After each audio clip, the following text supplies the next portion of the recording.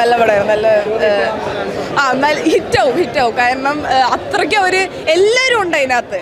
ഈ ഹൃദയത്തിൽ നമ്മൾ പ്രണവിൻ്റെ ആക്ടിങ് കണ്ട ഞെട്ടിയെങ്കിൽ ഇതിനകത്ത് എനിക്ക് ധ്യാൻ ശ്രീനിവാസൻ്റെ ആക്ടിങ് കണ്ട പുള്ളി ഹാസ് ഡൺ ഇറ്റ്. നിവിൻപോളിയുടെ അഴിഞ്ഞാട്ടം തന്നെയായിരുന്നു.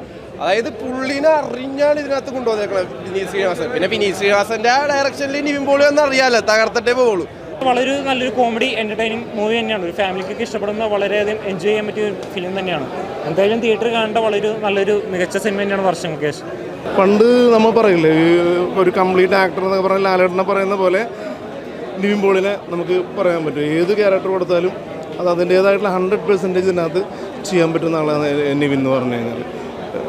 നന്നായിട്ടുണ്ട് തിരിച്ചുവരവ്. ഇതേപോലെ അങ്ങ് നിൽക്കുകയാണെങ്കിൽ എന്തായാലും നിവിൻ്റെ ശരിക്കും തിരിച്ചുവരവ് തന്നെ നന്നായിട്ട് ചെയ്തിട്ടുണ്ട്. മൂവി ഫീൽ ഗുഡ് മൂവിയാണിത്. സോ വർഷങ്ങൾക്ക് ശേഷം ഡെഫിനറ്റായിട്ട് ഇത് ഈ ഇയറിലെ ഒരു നല്ല ഒരു മൂവി ആയിട്ട് ഇരിക്കും.